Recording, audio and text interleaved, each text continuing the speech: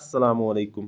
آج کی ویڈیو میں ہم بات کرنے جا رہے ہیں ان لوگوں کے بارے میں جنہوں نے اسلام کو اور اللہ کو چیلنج کرنے کی کوشش کی۔ جیسا آپ اس ویڈیو میں دیکھ رہے ہیں کیسے یہ شخص قرآن مجید کو جلا رہا ہے، اور اب آپ دیکھیں اللہ کا اس پر کیسے عذاب نازل ہوتا ہے۔ اس کا پورا چہرہ اسی وقت جل جاتا ہے اور یہ کچھ بھی نہیں کر پاتا۔ جے بروس ازمے یہ اونر تھے ٹائٹینک جہاز کے۔ ان کا ماننا تھا کہ ان کا جہاز دنیا کا سب سے مضبوط اور سب سے مہنگا جہاز ہے، اور یہ نہ تو کبھی ٹوٹ سکتا ہے اور نہ ہی کبھی سمندر میں ڈوب سکتا ہے۔ انہوں نے اللہ تک کو چیلنج کیا کہ اگر اللہ بھی چاہے تو وہ بھی اس کو سمندر میں نہیں ڈبا سکتا۔ مگر 15 اپریل 1912 کی بات ہے، جب یہ نارتھ اٹلانٹک اوشن میں چل رہا تھا تو ایک بڑے سے پہاڑ کے ساتھ ٹکرا گیا اور سمندر میں چور چور ہو گیا۔ آج تک لوگ اس کے ملبے کو ڈھونڈ رہے ہیں۔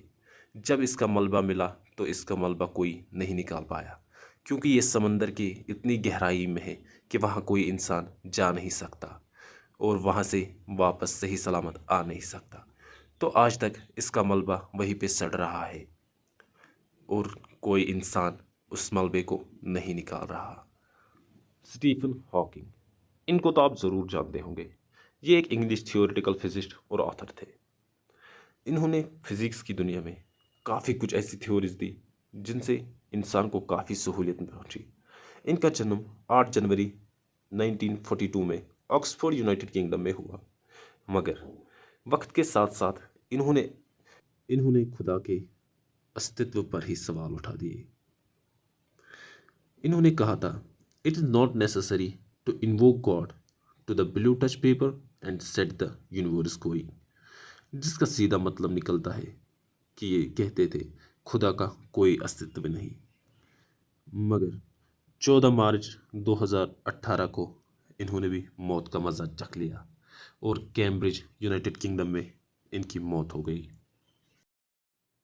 برازیل کارنیول جو 17 فروری 2013 سے لے کر 25 فروری 2013 تک چلا، یہ 7 دن کا کارنیول تھا۔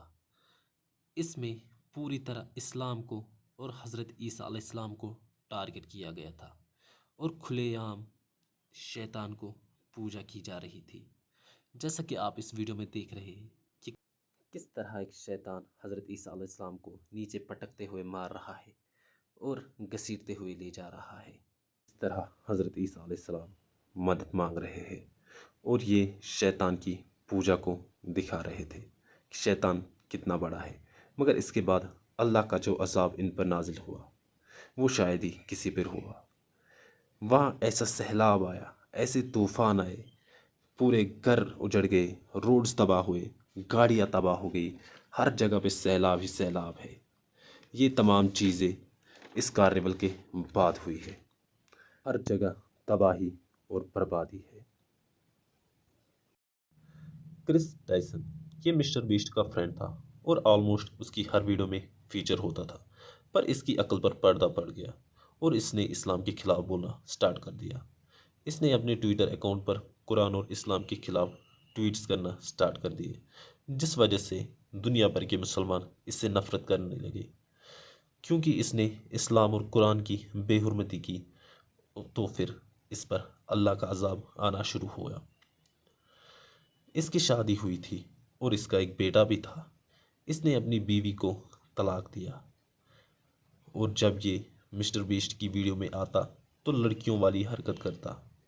اس کے بعد اس نے اپنی ہارمونز کو ریپلیس کیا اور یہ شی میل بن گیا۔ تو اللہ نے اس کو ایسا عذاب دیا کہ اس نے اپنی پوری مردانگی کھو دی اور یہ ایک نپنسک کی زندگی گزار رہا ہے۔ جسٹن بیبر یہ کینیڈا کا ایک فیمس سنگر ہے۔ آپ نے کبھی نہ کبھی اس کا کوئی نہ کوئی گانا تو ضرور سنا ہوگا۔ حال ہی میں اس کا ایک کانسرٹ ہوا تھا جو رشیا میں ہوا، جس میں اس نے مسلمان عورتوں کی طرح سکارف پہنا تھا۔ یہ دراصل حجاب کی انسلٹ تھی۔ اس حرکت کی وجہ سے پوری مسلمان کمیونٹی میں اس کو بہت زیادہ ہیٹ ملا۔ حجاب کا مذاق بنانے کے کچھ ہی عرصہ بعد ایک دن اچانک جب یہ نیند سے اٹھا تو اس کے چہرے کی ایک سائیڈ پیرالائز ہوا تھا۔ یہ نہ تو مسکرا سکتا تھا اور نہ ہی اپنی آنکھیں بلنک کر سکتا تھا۔ ایک انیوجول وائرس نے اس کے چہرے کے نروز پر اٹیک کیا تھا، جس کی وجہ سے اس کا چہرہ ایسا ہوا تھا۔ اس کے چہرے کا رائٹ سائڈ پوری طرح پیرالائز ہوا تھا۔ یہ اللہ کی طرف سے اس کے اوپر عذاب تھا اور اس کے لیے سزا تھی۔ ملتے ہیں پھر سے، تب تک کے لیے السلام علیکم ورحمۃ اللہ وبرکاتہ۔